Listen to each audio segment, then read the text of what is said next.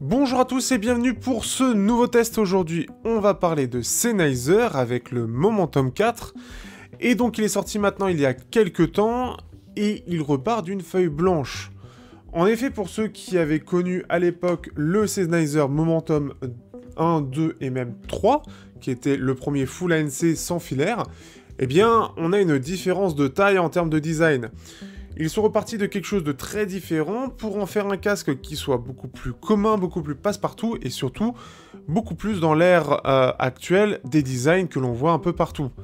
C'est un peu dommage pour ceux qui apprécient énormément le design très particulier et très personnel, très Sennheiser tout simplement de la gamme Momentum, mais il a peut-être gagné sur d'autres points et qui le rend peut-être un peu plus intéressant pour certains. On va voir ça dans ce test. Aujourd'hui il est vendu environ 350 € et bénéficie donc d'un excellent rapport qualité-prix face à la concurrence, avec sûrement des réductions de prix qui vont apparaître par-ci et par-là, pour être face à une concurrence toujours plus féroce dans ce marché, surtout quand on sait que plusieurs acteurs audiophiles ont tendance à de plus en plus s'attaquer à ce marché-là. On est sur la dernière vidéo de l'année, avec une bonne fatigue, histoire de bien terminer l'année comme il faut. J'espère que vous aurez apprécié cette année de test, j'espère que vous appréciez comment je termine l'année, surtout avec un petit test de ça. Il faut savoir qu'avec Sennheiser, et ça permet en plus de ça de bien clôturer l'année, il va se passer des choses en 2022, enfin 2023 plutôt même, qui vont être très intéressantes et ça devrait démarrer dès janvier. Je vous en parlerai quand ce sera un peu plus officiel, mais vraiment je suis très content de ce qui est en train de se passer avec Sennheiser et ça commencera très bientôt avec un produit qui est tout à fait dans l'air de la chaîne, donc vous verrez ça bientôt. Bref, bonne fête de fin d'année, partagez comme d'habitude un peu partout le test et on se dit à la fin de ce test pour finir l'année.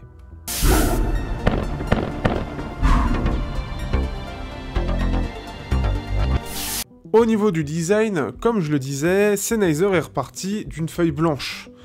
Enfin, peut-être pas tout à fait, même si je ne l'ai pas testé pour avoir vu le design plusieurs fois, on peut clairement voir que ce Sennheiser semble partir un peu plus de la gamme que l'on avait précédemment, la gamme PXC, puisque PXC, on avait le Mark II qui était vendu un peu moins cher que le Momentum 3, et ici il semble beaucoup s'y inspirer, notamment avec la forme, même si c'est un peu moins triangulaire, on a un peu ce côté un peu similaire. Il serait intéressant de voir pour le son, mais malheureusement je l'aurai pas, mais ça doit aussi y partager quelques petites choses. On a donc quelque chose de très différent, puisque justement, on est cette fois-ci sur un design qui va être un peu plus sobre, un peu plus simple, et un peu plus dans ce que recherchent les clients à l'heure actuelle.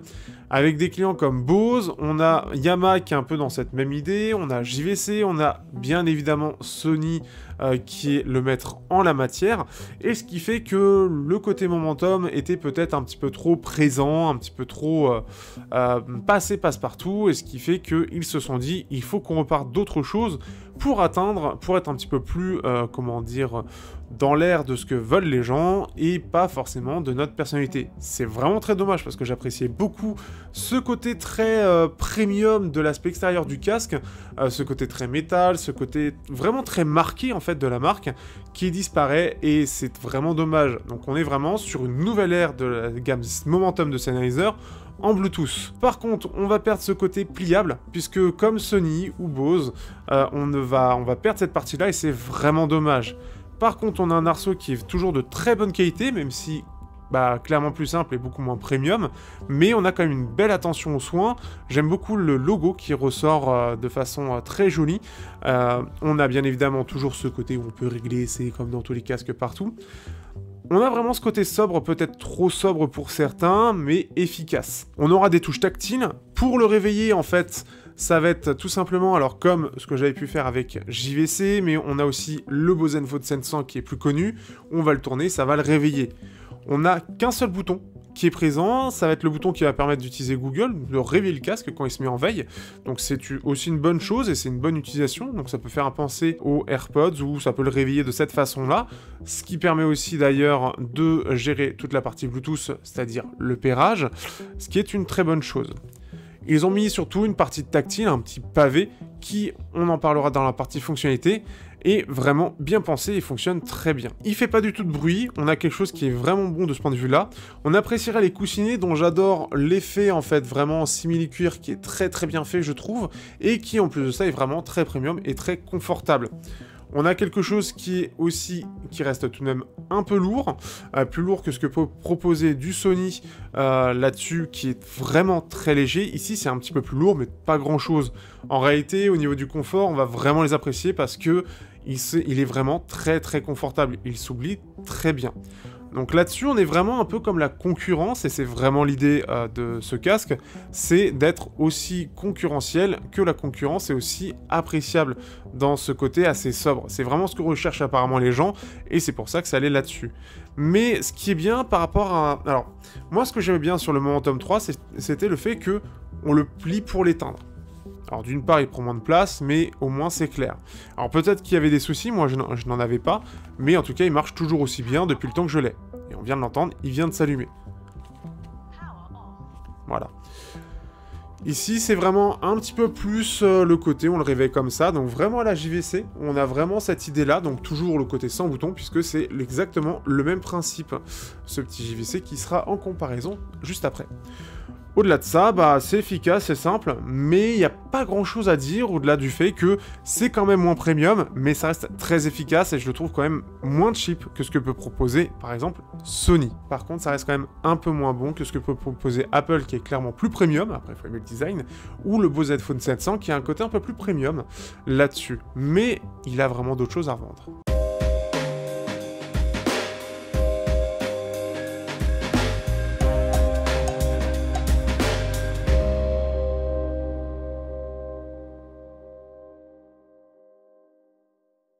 Côté fonctionnalité, on aura droit au côté assez classique, à part une petite chose un peu moins classique dans cette gamme de prix, puisque bien évidemment, on a droit à du aptX HD en termes de codec Bluetooth, rien de spécial, on a un peu tous les codecs là-dessus. Est-ce qu'on a besoin du LDAC? Non, il n'y a pas besoin du LDAC. Le aptX et même aptX HD, c'est largement suffisant pour pas trop consommer. On parlera de l'autonomie justement après. On a bien évidemment une application qui va permettre de gérer le casque, une égalisation assez simple, on a droit à la gestion de l'ANC, alors on ne peut pas le désactiver par contre. Alors forcément c'est aussi un peu logique puisque aujourd'hui qui désactive réellement l'ANC, c'est aussi un peu la question qu'on peut se poser, même si certains aiment bien le désactiver. Ce qu'on peut faire actuellement c'est surtout juste régler l'intensité de l'ANC ou alors de passer sur le mode transparent. Ce qui peut être bien pour certains qui, justement, veulent un ANC plus ou moins puissant, ou alors le mode adaptatif. Vous avez aussi une égalisation qui est très simple, alors soit avec des traits réglages, soit avec du triband, donc vraiment simplifié à l'extrême, basse, médium, aigu, et c'est tout. On reste à l'essentiel, mais qui reste plutôt efficace. Et ensuite, nous avons, bien évidemment... En fait, on a un petit truc en plus pour l'isolation, qui va être surtout la gestion du vent. C'est un peu particulier puisqu'on va pouvoir gérer si on veut que ça filtre plus ou moins le bruit du vent, mais je trouve que quand on le met au maximum, et ben parfois, je trouve que ça amplifie certains bruits. C'est assez bizarre. Alors soit ça ne gère pas tout en termes de mode transparent, enfin c'est assez bizarre. Je sais pas comment dire, comme si ça laissait passer des bruits pour pas faire passer le vent, et si on le met pas, si c'est pas géré de façon automatique, enfin c'est assez étrange. Je vous laisserai choisir votre propre réglage. Moi j'ai trouvé que ça faisait passer un peu plus de bruit. Donc ça amplifie une certaine partie dans les aigus, qui fait qu'on entend un peu plus de choses passer. Donc un peu dommage de ce point de vue-là. Pour finir avec l'ANC en lui-même, il est plutôt bon, mais un petit peu moins bon que les ténors du genre, c'est-à-dire Sony ou Bose, qui font un peu mieux de ce point de vue-là, notamment vraiment sur la partie sous-basse, où il arrive à un peu moins éliminer de bruit, même si, ayant pris l'avion avec, j'ai pas été réellement gêné. Mais certains vont arriver à donner un effet vraiment plus sans aucun bruit que celui-ci. Forcément, on est sur un casque un peu plus orienté musique que ANC, là où Bose et Sony sont un peu plus orientés ANC que musique. Le mode transparent est très bon, donc rien à dire de ce point de vue-là. On a du multipoint aussi, et surtout, et pour finir sur cette partie-là, on va avoir la possibilité d'avoir une autonomie de 60 heures.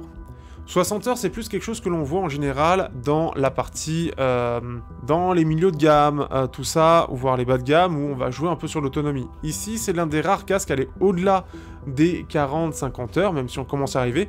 C'est l'un des plus endurants de sa catégorie, ce qui est une excellente chose, ce qui fait qu'on ne pourra clairement pas lui reprocher son manque d'autonomie, là où à l'époque du Momentum 3, on n'avait que 16 heures, ce qui était vraiment peu. Et à l'époque, c'était pas si mal sans être tellement mauvais, mais aujourd'hui on est plus aux alentours de 40 heures face à la concurrence. Ici on est à 60, ce qui est très très bien, et on va vraiment pas avoir besoin de recharger souvent.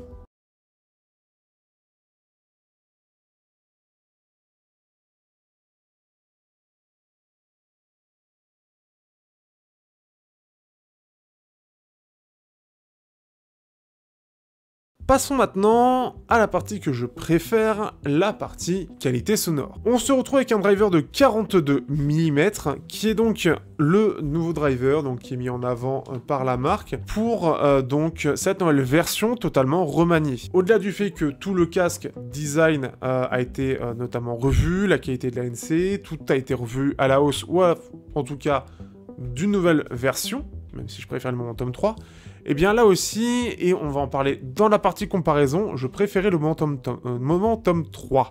Je vais y arriver. Alors, tout d'abord, donc avec ce driver de 42 mm, on a droit à une signature qui est plutôt descendante, c'est-à-dire des basses très en avant, des médiums qui sont bien portés par les basses, donc assez chaleureux, des aigus un petit peu en retrait, et on garde de la clarté avec des extrêmes aigus qui ressortent. Pour faire très simple. Cette sous-basse va pas mal se ressentir, on va avoir quelque chose de plutôt vibrant sans que ce soit invasif, et on va quand même gagner en clarté. La basse en elle-même est plutôt punchy, on a un bon impact, c'est tout à fait correct, sans être non plus invasif comme je l'ai dit, ou sur certains styles plus calmes, sans que ce soit vraiment désagréable ou que ce soit un peu incohérent. On a des médiums chaleureux qui, en plus de ça, donc les voix vont être un petit peu en avant, et ce qui va permettre d'avoir quelque chose d'un petit peu plus frontal, d'assez proche, et surtout on a une bonne scène je trouve dans cette partie-là, qui permet clairement d'en profiter. C'est plutôt en avant par rapport au reste, et notamment grâce à ces aigus qui sont un petit peu en retrait, et qui va permettre de laisser un petit peu plus les voix s'exprimer de façon chaleureuse. On a des aigus qui sont un peu en retrait, et donc ça va permettre deux choses. D'une part d'avoir un son qui est, comme je l'ai dit, assez basseux, puisqu'on a ces basses en avant, et surtout, qui vont pas du tout être agressifs. C'est une très bonne chose. C'est contrebalancé par des extrêmes aigus, donc tout ce qui est cymbales, etc., qui va permettre de gagner en clarté, donc ça c'est une bonne chose, sans pour autant aller dans quelque chose qui va être agressif. C'est vraiment bien maîtrisé de la part de Sennheiser, mais c'est clairement une signature que l'on va retrouver un petit peu plus face à la concurrence. On va pouvoir comparer ça notamment à Yamaha et JVC et l'ancien Momentum, mais face au Sony, et on peut le voir avec les courbes que j'ai mis en début de cette partie, ça ressemble à certains autres casques, et notamment Sony. Je tiens à le dire tout de suite parce que Sony, ça m'avait beaucoup marqué. Le XM4 ou XM5, ça ne changera pas grand-chose. Clairement, on est sur un son qui est bien meilleur. Hein. On a quelque chose qui va pas être aussi basseux ou invasif, et on a surtout un driver beaucoup plus technique. Ce driver permet d'avoir une scène qui est globalement plutôt bonne, assez large, avoir vraiment ce côté où on en a vraiment pour tous les goûts, mais étant donné que ça va être quelque chose qui va être surtout intéressant d'utiliser dehors, c'est aussi pour ça que les basses sont un peu plus en avant, parce que forcément quand on est dehors, ça aura tendance à on va moins ressentir ces basses, donc ça lisse un peu plus la signature en réalité. C'est les joies de l'audio. Ce qui fait que on a quelque chose qui reste assez basseux, et c'est surtout une signature qui change radicalement, qui change pas mal par rapport à l'ancien Sennheiser. Ce sont des choix assez différents, mais surtout qui vont être là pour faire plaire au grand public, et surtout avec quand même ce côté un peu plus qualitatif que peut proposer Sennheiser. On est sur quelque chose qui évolue pas réellement par rapport à l'ancien Sennheiser, je trouve. On retrouve à peu près la même qualité, les mêmes techniques, mais je pense pas que ce soit un nouveau driver, ou en tout cas, pour moi, c'est la même base, ça n'a pas changé grand-chose. On notera tout de même que par rapport à des concurrents type Bose ou Sony, malheureusement je ne pourrais pas les tester, on est sur quelque chose qui est techniquement supérieur. C'est ça qu'il faut retenir. On a quand même quelque chose qui reste dans le haut du panier et qui permet vraiment de se défendre face à cette concurrence féroce. Le fait d'avoir cet équilibre permet d'avoir tout ça, et surtout on a quand même l'égalisation qui peut nous aider, ce qui n'est pas forcément le cas de certains concurrents dont on parlera après. Globalement, j'ai pu l'utiliser pour quand même la plupart des styles. Après, à vous de jouer avec l'égalisation pour baisser peut-être un petit peu les bases, pour rééquilibrer la signature. Mais bon, c'est clairement plus fait pour des styles un petit peu fun, que tout le monde écoute. Hein, le rock, le métal, le rap, l'électro, c'est vraiment plus son style qui va être le style qui va être le plus apprécié avec. Ce qui est plutôt logique puisque c'est ce qui écoute la plupart des gens aujourd'hui. On va pouvoir maintenant passer à la partie comparaison pour voir un petit peu plus que vaut face à une concurrence qui est très intéressante et notamment son ancien, son grand frère tout simplement, et voir ce que ça donne réellement.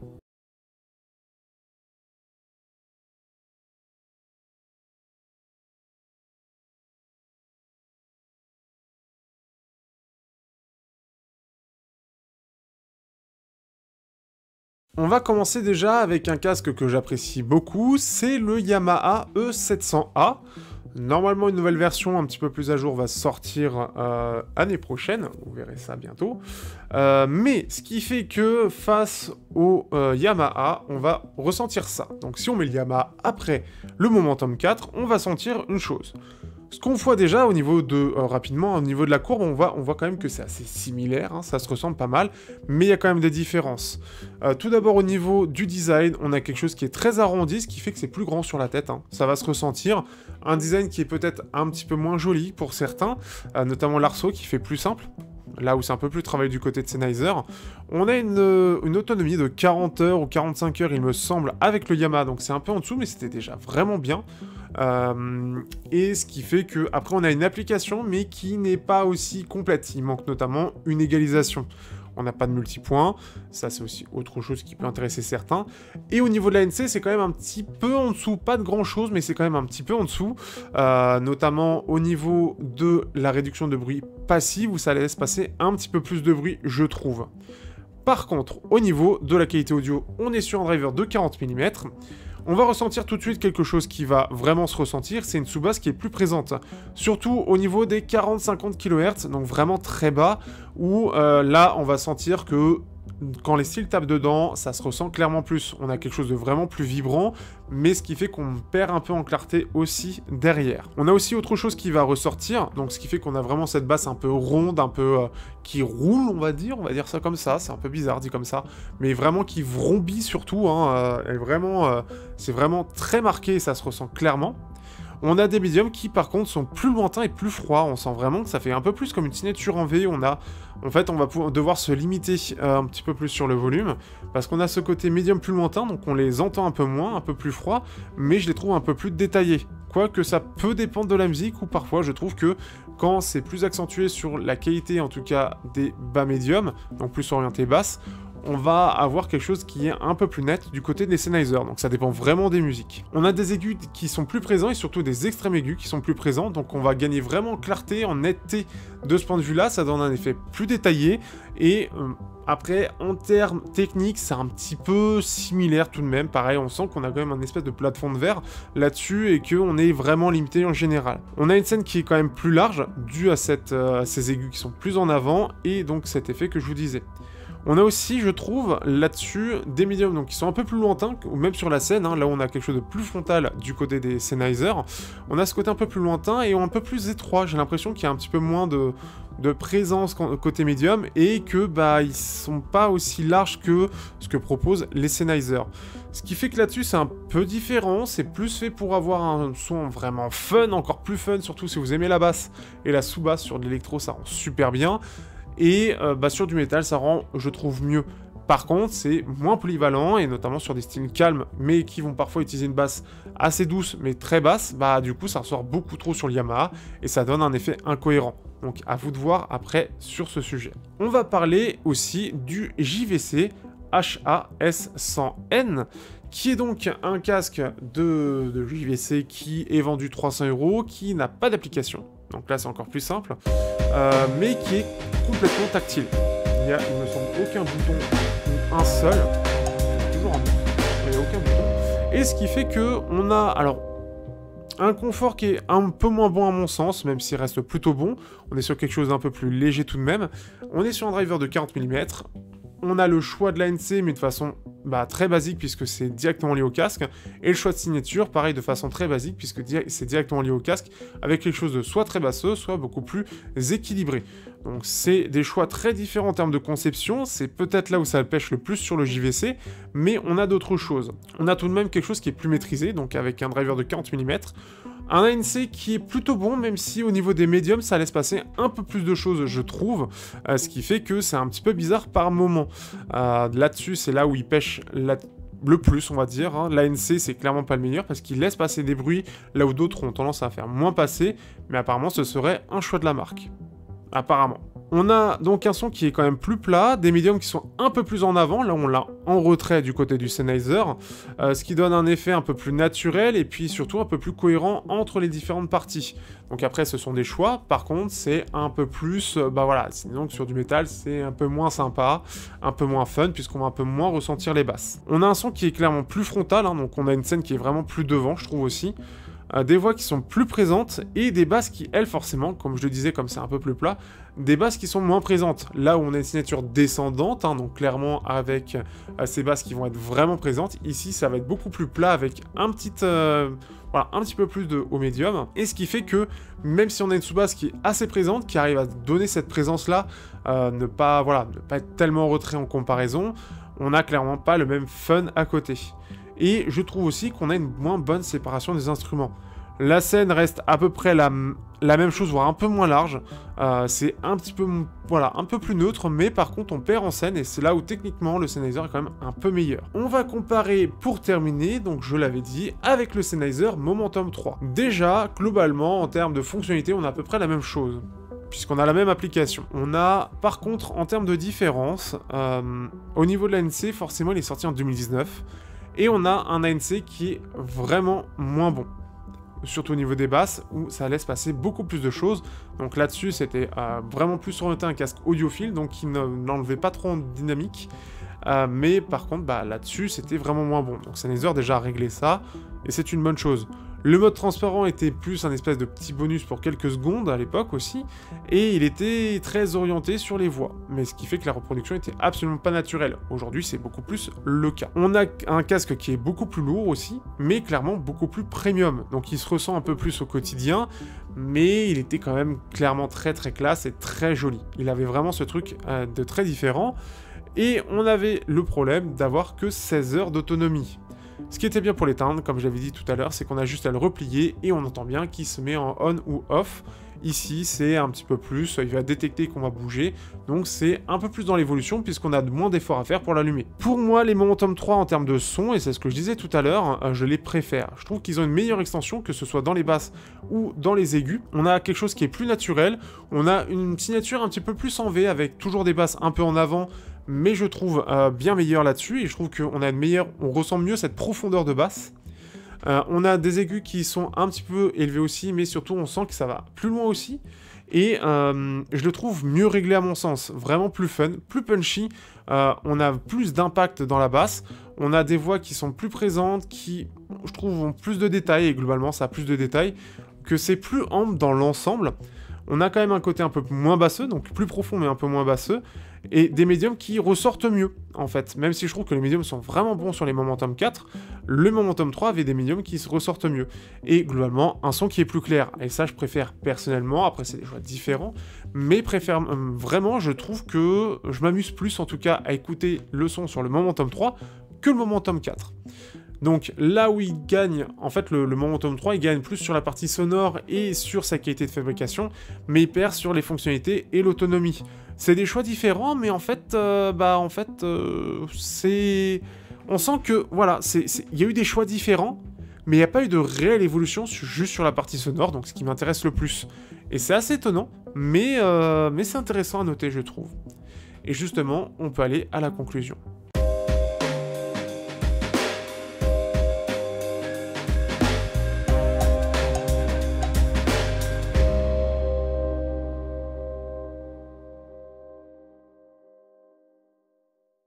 Donc, pour conclure cette fin d'année, et donc rester un petit peu jusqu'à la fin pour avoir quelques petites infos, et pour conclure ce test, eh bien le Momentum 4, c'est un peu le renouveau de la marque sur la gamme Momentum. Comme je l'ai dit, je soupçonne fortement l'équipe de s'être inspirée du PXC pour faire naître ce Momentum 4. Tout simplement parce que le consommateur recherche plus ce type de design un peu plus passe-partout, un peu plus sobre, un peu plus simple, plutôt que le côté très fort en termes d'image que proposait le Momentum 3. Il permet aussi de faire des réductions de coûts sur certaines choses, puisque forcément on n'est que sur du plastique, avec un design beaucoup plus simple, et se faire fi de ce système qu'on avait de réglage un peu plus recherché au niveau du Momentum 3, ou ce côté vraiment, voilà, ce design vraiment recherché. C'est un choix qu'on peut respecter, et il y a quand même, globalement, la marque à y gagner. Et le consommateur, globalement, il va apprécier. Ce sont vraiment les plus audiophiles qui verront qu'ils auront perdu en termes de performance, puisque on n'a plus le mode sans ANC, qui permettait de regagner sur certaines parties dans la partie sonore, et c'est surtout là où, en général, c'est ça qui va bloquer. Mais globalement, et pour la très grande majorité des gens, et ce que recherche Sennheiser, c'est-à-dire un son qui est là pour le consommateur, toujours quand même avec le côté Sennheiser derrière, eh bien, c'est eux qui gagnent là-dessus, et clairement, les gens vont vraiment apprécier. Ça peut permettre de faire gagner aux gens un son qui est bien meilleur, et surtout de montrer qu'il y a bien une alternative à Sony. Ça reste assez minoritaire, mais bien évidemment, et c'est logique, mais ce qui fait que Sony reste largement dominateur sur ce marché, avec un design léger, simple, mais efficace, même si, et je le redis à mon sens, Sony en termes de son, j'ai clairement pas apprécié, et je vous conseille de regarder le test pour comprendre à quel point j'ai pas du tout apprécié. Ici ça reste différent, on est sur un son un peu similaire, mais clairement beaucoup plus technique. On n'a pas, encore une fois, pas la même qualité de réduction de bruit active, mais on est bon sur à peu près tous les points, voire meilleur. On a un excellent, globalement un bon ANC comme je l'ai dit, très bon mode transparent, on a une application qui est vraiment complète, on a un son qui est vraiment très bon, avec une égalisation simple mais vraiment efficace, et surtout un son qui est vraiment de qualité, et il faut le noter. Certes, pour moi il a perdu un petit peu de performance par rapport au Momentum 3, pour y gagner sur la partie ANC justement. Mais derrière, on a un son qui est toujours aussi bon face à la concurrence qui, elle justement, n'a pas vraiment évolué non plus. Ce qui fait que forcément, pour Sennheiser, dans la gamme à 300 €, il n'y a pas besoin de faire de très très gros efforts non plus, entre guillemets. Par contre, ce qui s'est ressenti, c'est surtout que la signature a changé, pour en effet épouser un peu plus ce que recherchent les personnes de ce type-là, et ce qui fait que on se retrouve avec cette même signature un peu basseuse, qu'apprécient beaucoup les gens. C'est un choix, et moi je suis pas forcément d'accord, j'apprécie énormément la signature qui était proposée par le Momentum 3, mais ça reste très bon quand même. Au-delà de ça, j'espère que vous aurez vraiment apprécié cette année en termes de tests, j'espère que vous aurez vraiment apprécié le fait que je fasse des grands écarts de prix, et ça continuera. J'espère que justement tout ce que j'ai pu faire ces derniers temps vous aura plu. En tout cas, pour l'instant, je suis assez content de ce qui se passe. Et surtout, on arrive sur le dernier test de l'année. Une année qui a été très chargée, qui a été assez dure à gérer pour diverses choses, mais qui a été hyper intéressante. J'ai pu tester de plein de choses, de plein d'intras, de faire vraiment évoluer la chaîne, et ça continuera. Pour l'instant, il n'y a pas de raison que ça change, parce que je m'éclate énormément dans cette partie-là, mais on en parlera justement en février plus longuement, avec peut-être une FAQ, même si je pense que j'ai pas assez de gens pour ça. Mais on en parlera justement en février, puisque ce sera bientôt les 10 ans de la chaîne. Et avec les 10 ans qui arrivent, avec Sennheiser, il se passe un truc. Et je suis très content. Et merci à la personne qui m'a justement permis d'avoir ce qui va bientôt se passer. Et voilà, Sennheiser c'est clairement pas du tout fini, j'apprécie beaucoup cette marque et vous l'aurez vu cette année, et ça va pas arrêter d'être fini. Mais il y a d'autres choses qui vont arriver, il y a des marques qui vont arriver très bientôt, vous le verrez en début d'année, faites gaffe aux annonces, ça va arriver assez vite, et normalement donc on se retrouve, alors pas sur la première semaine de janvier, mais un peu après, il y a pas mal de tests qui vont arriver, des tests hyper cool, et abordable. Fear Audio, ça arrivera, mais plus en février pour les prochains. Mais ce sera pas habituel, vous inquiétez pas. Sur ce, je vous dis bonne fête de fin d'année, bon Noël, bonne année, tout ça. N'hésitez pas à me retrouver sur Instagram. N'hésitez pas aussi à retrouver le Discord aussi. C'est très important parce que ça permet de faire vivre un petit peu la communauté et de parler d'autres choses et de voir différents points de vue, puisque de plus en plus, on voit qu'il y a des avis qui s'affirment de façon très différente, et c'est très cool, et ça permet justement de faire vivre l'audio. Donc n'hésitez pas, c'est vraiment bien. Si vous cherchez des conseils, de la compréhension, etc., Ça va être très utile, surtout que je manque de plus en plus de temps parce que mon travail va me prendre de plus en plus. Et voilà. Et ce qui fait qu'il y aura d'autres choses vraiment cool. Et ce qui fait que l'année 2023, ça commence bien. Je peux vous le dire, ça commence très très bien. On verra par la suite. Ciao à tout le monde et prenez soin de vous. Et partagez beaucoup. Surtout sur Insta.